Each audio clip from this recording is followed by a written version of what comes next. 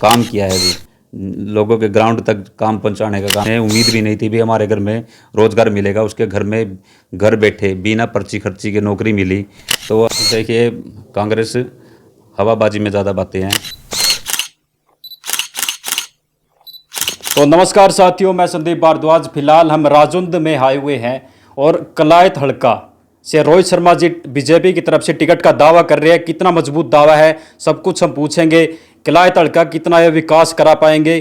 तो स्वागत है जी सबसे पहले। बहुत बहुत धन्यवाद जी, आपके सभी दर्शकों को नमस्कार जी, जिस प्रकार से आपका नाम भी रोहित शर्मा है और रोहित शर्मा जी जो कि इंडिया के कैप्टन भी रहे हैं क्रिकेट टीम के, वो जिस प्रकार से बैटिंग में धुआंधार बैटिंग करते हैं क्रिकेट की पिच पर, आप कलायत हल्के के मैदान में किस प्रकार की बैटिंग? देखिए, रोहित शर्मा जी का भी बहुत बड़ा नाम है जी, और बहुत ही मेहनती प्लेयर हैं और लोकप्रिय क्रिकेटर हैं।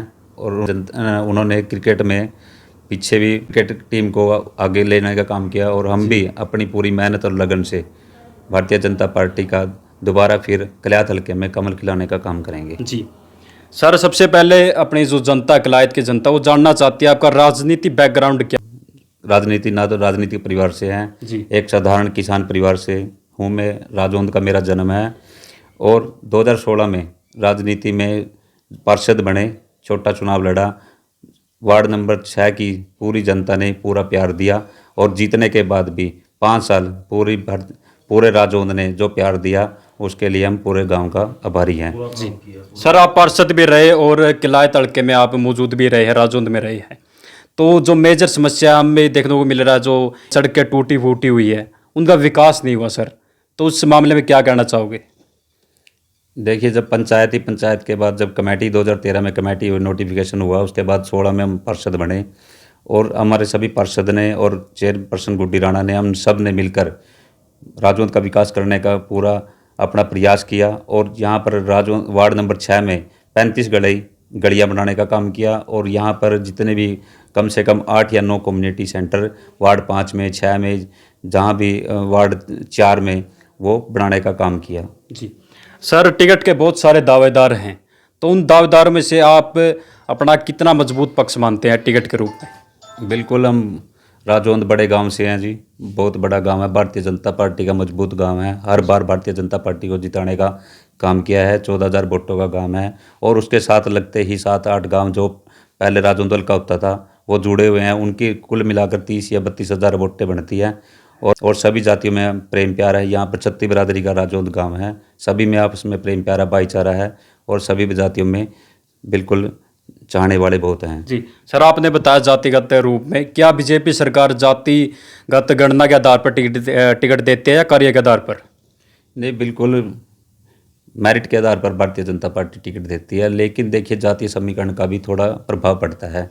वो हर कंस्टिट्यूंसी में इस चीज़ की अपनी कुछ ना कुछ, आप हरियाणा से छोड़िए, पूरे भारत में यहाँ से कहीं भी लगाइए, किसी भी पार्टी में आप किसी भी दल में जाएं तो राजनीति में जातीय समीकरण का प्रभाव पड़ता है। जी, जैसे कि अभी राजौंद जो कलायत हल्का है उसमें मेजर क्या क्या समस्या आपको देखने को मिल रही है? कलायत हल्का देखिए, भारतीय जनता पार्टी 2014 में यहाँ पर पीछे जो हमारे माननीय धर्मपाल शर्मा जी थे वो चुनाव हार गए थे, लेकिन माननीय खट्टर साहब ने 2014 से 2019 तक ग्रांटों में कोई कमी नहीं आने दी और 16 से 21 में हमने जो काम किया माननीय खट्टर साहब की अध्यक्षता में, हमें बहुत ही गर्व महसूस है और सबसे ज़्यादा ग्रांटें दी हैं और उनकी अध्यक्षता में हमें काम करने का हमारे लिए सौभाग्य की बात है। और जिसमें कलायत हल्के का विकास हुआ। 2019 में माननीय कमलेश डांडा जी मंत्री बनी। 2 साल कोरोना काल और उसकी वजह से, किसान आंदोलन की वजह से काम नहीं हो चुके, कुछ इशू रहे हैं, लेकिन भारतीय जनता पार्टी ने अपना 100 का 100 कार्य करने का काम किया है। जी सर, देखा जाए अभी फिलहाल बीजेपी सरकार से नाराजगी चल रही है हरियाणा में और कांग्रेस की लहर बोल रहे लोग, तो आपका क्या मानना है, या अफवाह है, झूठ है, क्या है? देखिए, कांग्रेस हवाबाजी में ज़्यादा बातें हैं जी, ग्राउंड पर भारतीय जनता पार्टी, हमारा शीर्ष नेतृत्व, ईमानदार नेतृत्व, उन्होंने जो हमारे माननीय मुख्यमंत्री श्री मनोहर लाल खट्टर जी ने हरियाणा एक हरियाणवी एक का नारा दिया, उसको पूरा करने का काम किया। अंत्योदय योजना जितनी भी स्कीमें चलाई, भारतीय जनता पार्टी उन्होंने अपना बिना पर्ची खर्ची के रोजगार देने का काम, जितने भी स्कीमें माननीय खट्टर साहब ने चलाई उनको पूरा अमली जामा पहनाने का काम भारतीय जनता पार्टी ने किया। कभी वो जो भी कार्य करते थे उसको पहले बिल्कुल स्टडी कर कर और उसको पूरा करने का काम भारतीय जनता पार्टी करती है। सर आपको टिकट मिलती है, उसके बाद हम देखें चुनौती के रूप में कौन सी पार्टी आपको नजर आती है, या कोई चुनौती नहीं आपके लिए? देखिए अब का जो चुनाव है एनएलओ और जजपा जो अब की बार कुछ कमज़ोर पार्टियां हो चुकी हैं, जिसकी वजह से अब की बार भारतीय जनता पार्टी वैसे बहुमत में अपना बहुमत से सरकार बनाएगी। दोबारा फिर माननीय मुख्यमंत्री श्री नायब सैनी जी की अध्यक्षता में चुनाव लड़ा जाएगा और माननीय मुख्यमंत्री जी दूसरी बार सीएम बनेंगे। जी सर, आपने मेजर समस्या बताई थी, क्या आपके पास उनका प्लान है कोई उस समस्या हल करने का अभी से? बिल्कुल बहुत से काम हैं। देखिए जो छोटे छोटे काम होते हैं लेकिन वो जनहित के लिए बहुत बड़े कार्य होते हैं और उन पर छोटी छोटी बातों से भी, छोटे छोटे कामों से अगर जनजीवन सुधरता हो तो उसको सुधारने की हम पूरी कोशिश करेंगे और लोगों को शिक्षा से, जैसे भी जहाँ से जितना भी पार्टी से या सरकार से जितना भी काम लाने की कोशिश होगी वो प्रयास करेंगे। और हमने 2016 से 21 जो पार्षद रहे, जो सीखने को मिला, जो ग्राउंड पे काम किया सभी अपने कर्मचारियों से मिलकर, तो जो भी हमें जो तजुर्बा है उससे हम अपने कल्याण हल्के का विकास करने का कार्य करेंगे। जी सर, आप में ऐसी क्या खूबी है कि जो ऊपर की जो आपकी जो पार्टी है आपको ये टिकट, आपके अंदर क्या खूबी है? देखिए हम एक छोटे से कार्य करते हैं भारतीय जनता पार्टी के, और भारतीय जनता पार्टी की खासियत है पार्टी हमेशा कार्यकर्ता की देख रेख करती है, पार्टी कार्यकर्ता को आगे बढ़ाने का काम करती है, छोटे से छोटे कार्यकर्ता को बड़े से बड़े मंच पर लाने का काम करती है। इसलिए हमें भी विश्वास है कि भारतीय जनता पार्टी अब की बार हमारे बारे में सोचेगी और हम अगर पार्टी जो आदेश देगी हम उस पर पूरा उतरने का काम करेंगे। जी सर, ये भी अदर पार्टी कहती है कि बीजेपी झूठा नारा देती है, जिस प्रकार 2019 में हुए थे विधानसभा चुनाव, उसमें भी 75 पार बोल रहे थे आप, और इसमें लोकसभा में भी 400 पार बोल रहे थे, तो उसमें तो 40 की तकरीबन सीट आई थी और इसमें भी थोड़ी सीट आई थी, मतलब सरकार तो बनी लेकिन वो सीट नहीं आई जो नारा देते थे।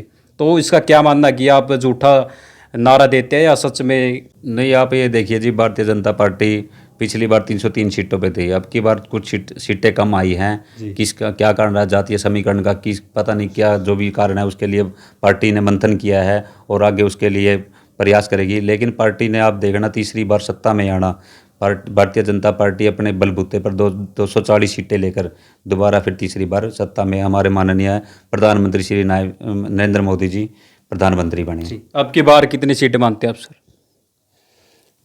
फुल बहुमत से कम 55 से 60 सीटों के बीच भारतीय जनता पार्टी जीत कर आएगी और सरकार बनाएगी। जी, ये कोई अपना और कॉन्फिडेंस तो नहीं है सर, या वैसे? नहीं, जो भारतीय जनता पार्टी ने शीर्ष नेतृत्व ने काम किया है जी, लोगों के ग्राउंड तक काम पहुंचाने का काम किया है। अब की बार जो पीछे जो भी रोजगार से लगाकर बिना पर्ची खर्ची के जो लोगों के घर में एक जिस घर में किसी ने उम्मीद भी नहीं थी भी हमारे घर में रोजगार मिलेगा, उसके घर में घर बैठे बिना पर्ची खर्ची के नौकरी मिली।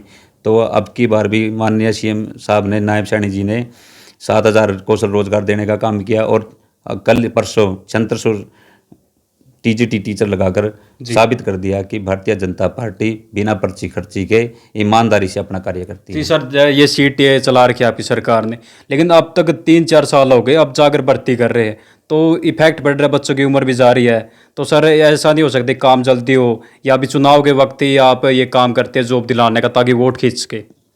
विपक्ष हमेशा टांग खींचने का काम करता है जी, और उन्होंने हमेशा कोर्ट में अब की बार ज़्यादा दलीलें पेश कर करके जो भी नौकरियों को, अब की बार जो नौकरियां ना लगने का कारण है, जो कोर्टों में ज़्यादा अपील हुई हैं, जिसकी वजह से अब की बार थोड़ी नौकरियां लेट डिले हुई हैं।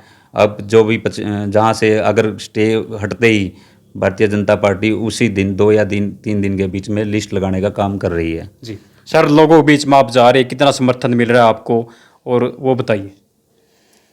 लोकप्रियता भारतीय जनता पार्टी के पूरे हल्के में है, पूरे हरियाणा में है, बहुमत से सरकार बनाएगी, माननीय मुख्यमंत्री श्री नायब सैनी जी दूसरी बार सीएम बनेंगे। जी सर, ये देखने को मिलता है जैसे जनता कहती है अब ये नेता बनकर घूमते रहते हैं, मतलब अब तो हाथ भी पकड़ेंगे पैर भी पकड़ेंगे, फिर बाद में 5 साल कुछ नहीं, शक्ल भी नहीं दिखाते। तो उसके बारे में आप क्या कहना चाहोगे? आप धरातल पर रहकर काम करोगे या नेता के रूप में? 16 से 21 MC रहे जी, जब भी हमारा ऑन रोड कैथल रोड पर घर है जी, जी पब्लिक के बीच में रहे, दिन रात उनके सुख दुख में जहाँ भी उन्होंने हमारी जरूरत पड़ी, जैसा भी हमसे बना हमने अपना पूरा 100 का 100 प्रयास किया। और अब भी आप यहाँ पर कार्यालय है भारतीय जनता पार्टी का, भारतीय जनता पार्टी की नीतियों से अगर जो भी हमसे कोई हम सरकार में जाकर जो भी कार्य करने की हमारी क्षमता होती है, हम जाकर उसको कार्य करने की पूरी कोशिश करते हैं। सर, लास्ट में कलायत की जनता को आप क्या कहना चाहोगे, प्रार्थना करना चाहोगे? हम तो यही अपील करना चाहेंगे कि ईमानदार सरकार आप भारतीय जनता पार्टी को दूसरी बार अपना सभी वोटें देकर विजय बनाने का काम करें। जी, तो ये थे हमारे साथ रोहित शर्मा जी, जो कि कलायत हल्के से अपना दावा मजबूत रख रहे हैं और इनकी मजबूत पकड़ भी है कलायत हल्के में, और पार्षद भी रहे हैं। उन्होंने बहुत अच्छे नेक नेक काम भी किए हैं। ये बोल रहे हैं अगर मुझको टिकट मिलती है तो निश्चित रूप से कलायत हल्के को नंबर 1 पर ले जाएंगे। तो आपकी क्या कुछ राय कमेंट में ज़रूर दीजिए, share this video. Thank you.